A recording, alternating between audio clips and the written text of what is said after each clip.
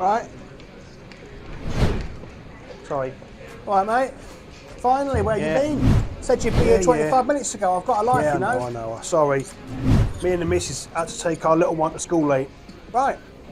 How old's he now then? 6? 7? 15. What? Yeah. Where does time go? What do you want me up about then? Yeah. So, I've been reading through the New Testament about Jesus and everything, like you told me to do. No. And Like I suggested you done. I want all like thou must do my bidding. Yeah, well, you you know. can be a bit like that, you know. Only joking.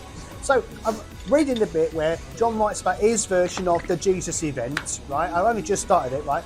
And Jesus has gone to a wedding, turned a shed load of water into wine. What's that about? That's right. It's one of the most famous miraculous miracles. Right, but like, what's it all about? I mean, I thought Jesus was like, no fun for you, mate. Worship me and be proper serious. How come he's giving out free booze? What about all the non-drinkers? What if you're reading this during dry January? What about the local economy of the first century? All the offies trying to make a living, and he's doing all this. And in other news, why would Jesus choose that to be his first miracle when he wants to show people who he is, right? All a bit bonkers, innit? All right. Where do you want to start? Well, I'm not really that interested in the economy of the first century, to be honest. So, just answer me, what's going on and why has he done it? Right. So you're reading through, right? What's happened so far in the Gospel of John? Because this is like the start of chapter 2 or something. That's Is right. that right? Yeah. So, John don't start off with Jesus being born or nothing, which really surprised me. Yeah. He goes back and starts with Jesus being like right there before everything exists. He's making like creation happen and stuff, and John's like, boom, Jesus already existed and he's made everything and he's literally God, and he's going to come and make his home like right in the middle of everybody. Yeah. But in the same introduction, he says that not everyone is going to like him or accept him. Yeah, just like you, right? You know, like not everyone likes you. George the Muscle, the bouncer from the Dog and Ferret, he hates you, didn't he? Yeah, let's move on, right? Yeah, so John says some people are going to push Jesus away. But others are going to lap him up, aren't they? And the ones that accept him, what happens to that lot? Oh, they're born new on the inside or something, is that right? According to God's family? Right.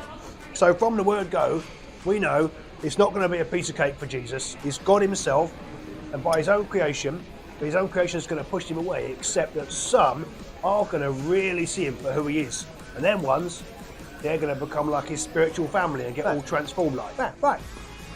The only actual thing that's happened so far, apart from that lovely introduction, is John the Baptist has told everyone there's going to be a bloke and we're going to see God's Spirit come and rest on him. And when I see that sign, that bloke, he's going to plunge people, baptise people into a vat of God's Spirit, baptising them supernaturally. Right. And then Jesus is identified as that person, isn't he? So, kind of, if you're listening to this already, right, you've got no excuse to know that Jesus is this transforming bloke. Yeah. And the people then start to follow Jesus, don't they? That's where we got to. Right. Then there's this massive left turn into this like super spiritual introduction monologue thing, right, as your father, and then we're at a wedding. What? Yeah. Well, what happens at the wedding? Two people what love each other very much. No. You know what I mean? They run out of wine, don't they? And Mary, Jesus' mum, she's all like, Jesus, help us out, mate. And he's all mysterious, like, it's not my time. And she's all like, excuse me, servant feather, do whatever Jesus tells you, and then bish bash bosh, more wine than Tesco's. Yeah, but it's not quite like that, is it? There's some specific details in there too, which are a major clue as to what John wants you to know about Jesus. Yeah? Have I missed that? Probably not. Where'd they get the water from? What turns into wine? The Peak District? I mean, they've got good water there. It's fortified with natural minerals. No, they're in Israel, mate, up near Galilee. Maybe they got it from Lake Galilee, right? Is that right? No, mate, look, there's some water in jars.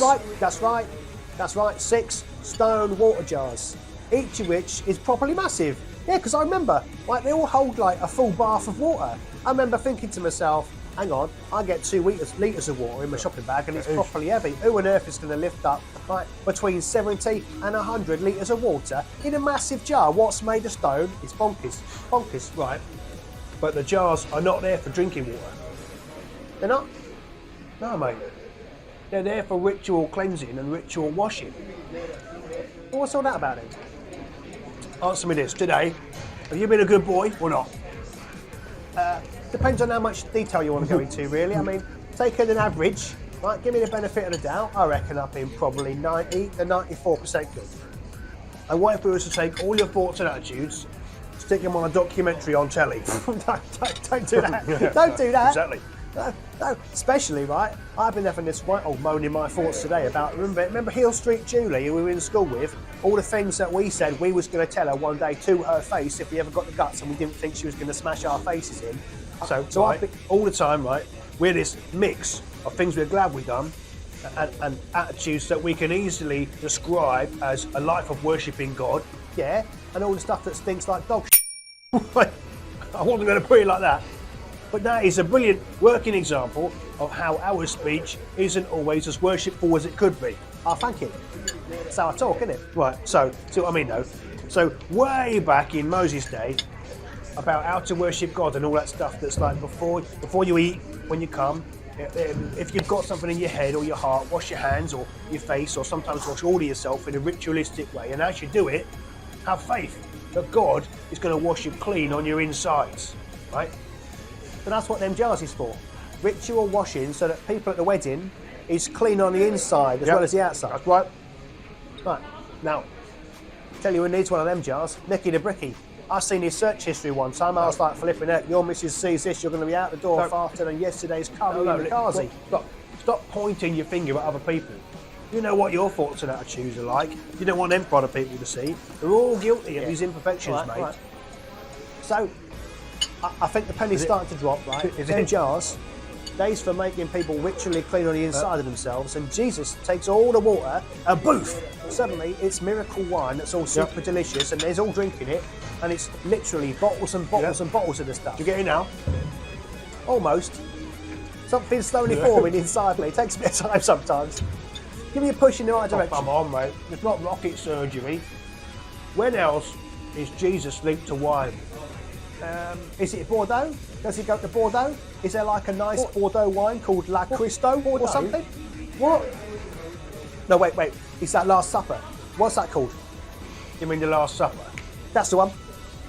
He tears the bread, he tells them what's going to happen to his body, broken for them, and he gets the wine and he hands it out, and he says, this wine is like my blood's going to get poured out or something. That's right. Yeah. This is my blood of the new promise that God is making with the whole world. It's going to be poured out for many people for the forgiveness of their sins. Yeah, that's what I said. Yeah. So does John want us to think that Jesus already knew what he was going to do? well, John doesn't actually tell us about the Last He Supper. does. No, he don't. It's in all the Gospels, isn't it? It's like a massive part of church. No, John, he leaves it out. Well, that's awkward, isn't it? Imagine he's up there, right, in heaven, and he's like, oh, I knew there was something else I had to stick in there. Unless he done it on purpose. I mean, maybe, only maybe, but maybe John wants us to see from the start of his gospel that Jesus is going to bring all them people who accept him and want to be reborn spiritually, and he's going to baptize them in God's Spirit. And the way he's going to do that is by providing for everyone a source of spiritual cleansing that's never going to run out, and it costs him his life. The water jars. The wine, mate. The wine, that's right. The wine's his blood.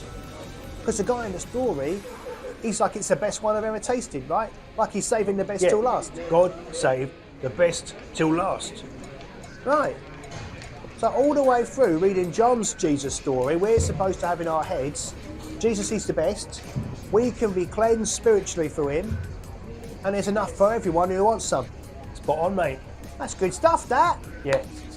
What are you doing this weekend? Oh, I'm at a wedding actually. It's a good time we talk about this. Sam and Sam, remember the double Sam couple? Everyone says don't get married because you'll never be able to sort out who's post is whose. And they've gone and done it anyway, haven't they? And I was thinking that in the bit where the preacher's all like, if you know any just cause or legal impedimentaries why these clowns may not be joined together in holy wedlock, and I'll be all like, me, pick me. Their names are stupid. And then Sally, what works at the hot dogs behind the football pitch, she told me that I'd probably get a massive bill for the whole wedding if I'd done that, so I've changed my mind and I'm going to put it in the card or something. Great.